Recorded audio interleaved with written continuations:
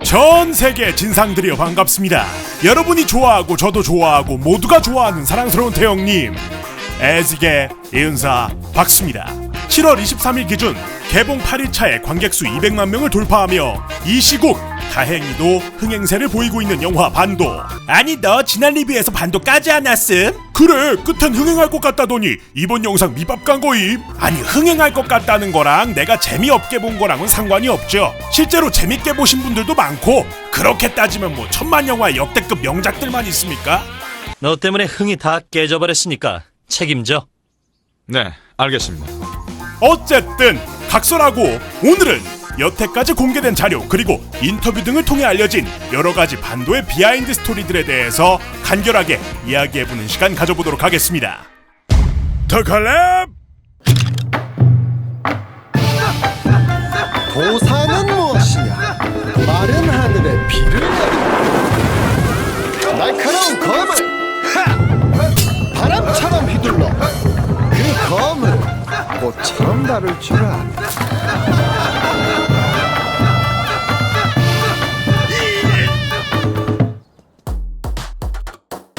이번 작품의 메인 주인공격 캐릭터 정석역의 배우 강동원.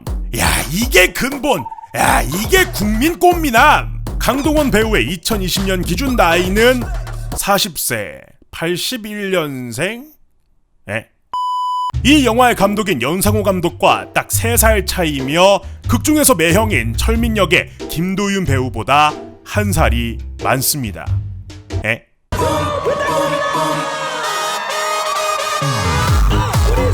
짜란. 더불어 반도의 세계관 최강자. 야 진짜 전설이다. 가슴이 웅장해지는 베스트 드라이버 준이를 연기했던 배우 이래는 2006년생 15세 미성년자죠. 때문에 실제로 운전을 할 수는 없었고 카체이싱의 경우 시뮬레이션으로 연기한 뒤 대역 배우와 CG의 힘을 빌렸다고 합니다. 살고 싶으면 타요.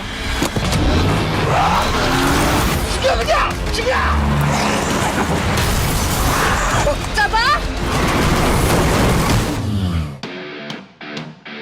카체이싱 이야기를 조금 더 해보면 본래 준이가 운전할 차는 커다란 덤프트럭이었으나 속도감 면에서 부족함을 느낌과 함께 여러모로 세계관 내에서 제한 요소가 많았고 이를 고민하던 중 연상호 감독의 눈이 미술 감독의 SUV 차량을 포착.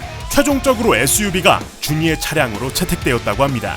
더불어 카체이싱 장면에는 그 비중이 큰 만큼 굉장한 공이 들어갔는데 본래 애니메이션에서 작품을 선보였던 연상호 감독은 이 장면을 위해서 무술 감독, 촬영 감독, CG팀과 함께 오랜 시간 회의를 한 뒤 촬영 이전에 미리 카체이싱의 모든 장면을 애니메이션으로 구현, 프레임 단위로 뜯어봐야 그 차이를 알 수 있을 정도로 세밀하게 구성을 짜두었다고 하지요. 이것이 더 특별한 이유는 대체로 수많은 액션 장면들을 일단 촬영해놓고 나중에 편집으로다가 연출하는 감독님들도 많은데 그럴 경우 불필요한 촬영에 동원되는 인력과 시간 등이 당연하게도 소모되게 되고 이는 곧 제작비에도 영향을 주기 때문입니다. 터널 끝나면 들어간다.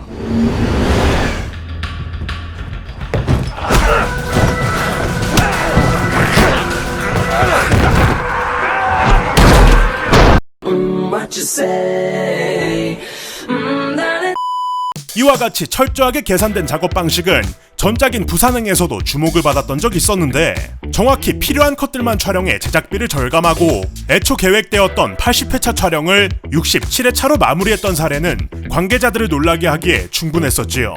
이번 반도에서는 더욱 놀라운 업적을 달성했는데 완전히 무너진 반도의 모습을 보여주는 수많은 공간이 단 한 개의 세트에서 모두 촬영되었다는 겁니다. 물론 많은 장면이 그린스크린과 외부 촬영지에서 진행되긴 했지만 당연히 세트 또한 필요했고 이에 기획 단계에서 계산을 해본 결과 영화의 스토리라인을 모두 소화하기 위해서는 최대 300억을 넘는 제작비가 필요했다고 합니다. 연상호 감독은 이를 사전 제작 단계에서 세밀하게 배분, 매 회차 스태프들과 함께 현장을 세팅하는 것으로 해결했는데요. 그 결과 이 영화의 순 제작비를 그의 절반가량인 160억으로 절감할 수 있게 되었지요. 전작에서도 그랬지만 이번 반도에서도 마찬가지 좀비로 분장한 수많은 엑스트라들이 등장했습니다. 호시탐탐 주인공들을 노리며 살아있는 시체, 아니 장애물들이 되어주었던 이들 또한 실제로는 평범하신 분들이 아니었으니